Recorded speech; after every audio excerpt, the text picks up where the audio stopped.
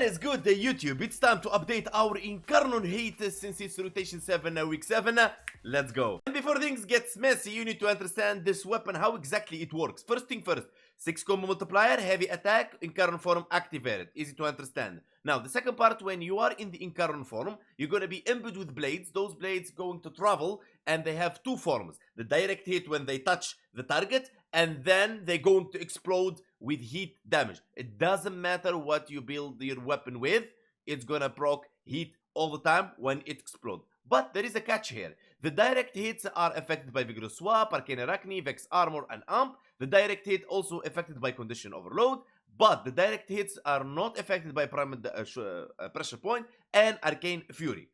But still the weapon affected by Arcane Fury, okay? And also you need to understand the explosion deals 50% of hate-based damage as pure heat damage. That's something you need to learn as well. Also, the explosion damage is not affected by Condition Overload, okay? That's clear? Let's move to the next thing. I decided in this video to separate things because a lot of Thanos getting confused between the weapon and the synergy and the frame, so I'll make it easy for you. Okay, first build will be for Thanos that plays whatever they want. Let's say, I don't know, Mag, Revenant, they switch from frame to frame. They don't like to lock themselves down on synergies. This is for you. Okay, Nidus build, bada boom. Steel Charge, Arcane Fury, Arcane Strike. Now you'd say Arcane Fury doesn't work in direct hits. Yes, but it works in the weapon attacks, and you will be performing a weapon attack. Okay, so now moving to the hate evolution 1.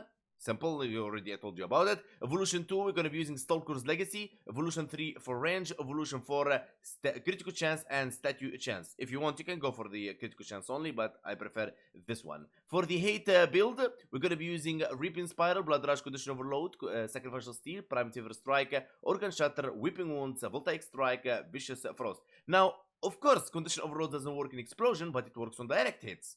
And it works on the normal attacks, so you don't get rid of it. Now, Dreamer's Wrath will activate your Tenukai. In case you didn't play Warframe in a long time and you don't know what Tenukai is, it's very simple. When you're doing your attacks, you're going to have a sword, a grey sword, pops in your screen. When you perform a heavy attack, it will be free of combo multiplier. It will not consume any combo multiplier, okay? Think of it as 1000% heavy attack efficiency. Okay, now, also, this Dreamer's Wrath will increase the chance for that sword to pop by 50% and the heavy attack critical damage by 32%.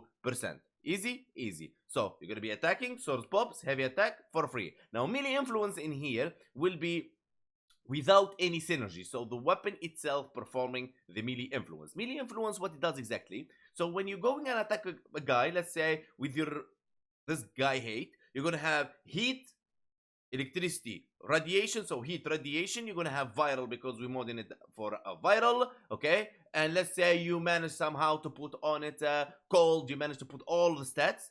When you proc electricity, all those stats you proc and that target will be transferred to all the targets within 20 meters, okay? It transfers all the stats except the dotting, like slash, puncture, and impact, okay? So let's see how this weapon exactly performs against level 195 heavy corrupted gunners without any synergy, without anything. Bada bim, bada boom. I mean, I didn't even activate Incarnon form. Hold on. I mean, my builds are too good. Hold on. Let's go. Collecting those enemies. Bada bim, bada boom. Activating the Incarnon form. Now we activate the Incarnon form.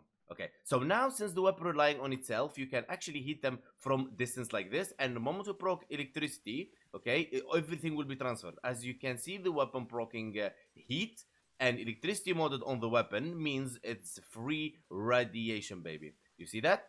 Bada boom, easy as that. You see, all the stats is transferred to all those enemies, as you can see. Simple as that. But of course, you're not going to be hitting them from distance. That's why I prefer using this weapon with a frame that can pull the enemies. Speaking of pulling the enemies, let's talk first about the Archon Shards. Now, the Archon Shards will be emerald because I'm using them for different synergies and, you know, and stuff. But the main Archon Shards you're interested in here and you want is the Violet Archon Shards. If you have Tau Forge, put it, but most of you will have Violet Archon Shards. 25% melee critical damage. When max energy is over 500, the damage boost is doubled. And there is many Thanos like confused about this one. Okay, your energy need to be 500 and above from the base, this base. It doesn't matter you use your ability or not during the gameplay. That's one part. Second part, many Tennos see they have 9.1 critical multipliers here, but then when they open the weapon, they will see it drops 4.8 and they get so confused. Don't worry about it. That's how the game works, the coding of it, okay? So it applies after that, so you see it on this tab. Okay, don't see it on the upgrade tab. Now, let's upgrade our build a bit. By upgrading the build, I mean giving it some boost from Helnith and switching up a bit some mods. Nourish will give us the viral effect on our weapons, and for the modding, we're gonna be same everything except Gladiator Might is gonna be in play now, 60% critical damage and 10% melee critical chance per combo multiplier, and we're gonna have the faction multiplicative damage, Primed Smite Corrupted, and you will notice the difference. Alright, let's get going, and before I forget, Nautilus is gonna be on play. The reason I'm showing you Nautilus now, of course I have Nidus I can pull enemies, okay, but Nautilus will help you Cordon pull enemy, Manifold to pull more enemies, Tenacious Bones for critical damage. You already know that. Now, that's what you want. Let's go. So, we're gonna summon level 195 heavy crafted gunners to be fair to the build. You see already Cordon doing his job. Bada boom, bada boom. Always activate the Incarnon form using the Tanukai. Don't waste your 12 combo multipliers.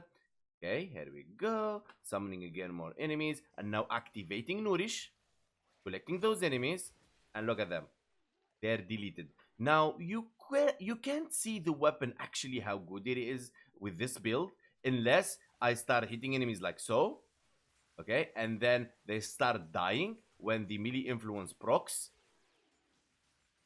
Yeah, next time. Anyway, so here we go. Check this out. I'm going to hit them from this distance. So you have an idea between the difference of this build and the first one. The damage multiplicative plays a big role here, and you can already feel the synergy impact on this. Now, before we go to Steel Path, I want to tell you something. Now, I'm going to use this build for Steel Path, but I'm going to just give you something extra, because you guys doesn't like a melee influence, seems like it. You guys need to understand, melee influence is the meta right now. Melee influence is so powerful arcane, that you can't just ignore it and make it different about it. But it's okay. Here you go. Melee Crescendo. Melee Crescendo, you know mods for corrosive. Since we have Nidus with viral, all you have to do is collect the 12 initial combo, and you can do the distant attacks from like so. Boom, boom, boom, boom, and do that. Okay? Let's bring back our main build.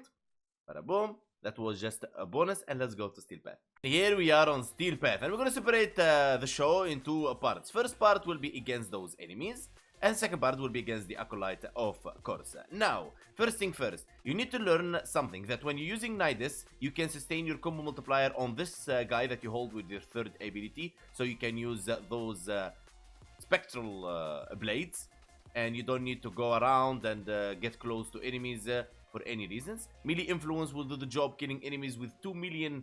Look at that. Look at that. It was 2 million radiation or something of enemy I didn't even get close to. Simple as that. Now I have 11 combo multiplier. Okay, I come back to the guy I hold with the third ability. I am back to 12 combo multiplier. Simple as that. Activating Incarnon form always with Tanukai active. Keep Nourish active all the time. Here we are. We have our Acolyte. Let's see who is gonna fight today. Our victim. Here we go. We're gonna fight Angus, baby. Alright, Angus. Let's go, boy. Let's go, boy. Let's go. Angus is dead. So it's time to extract. By this, we come to an end to our video. This weapon totally worth it. 9 out of 10. Don't forget to sub if you want to see more of this channel. Hit the like button and let me know in the comments below if you're going to build this weapon. It's mwah, mamma mia. Thank you, guys. I will see you next time.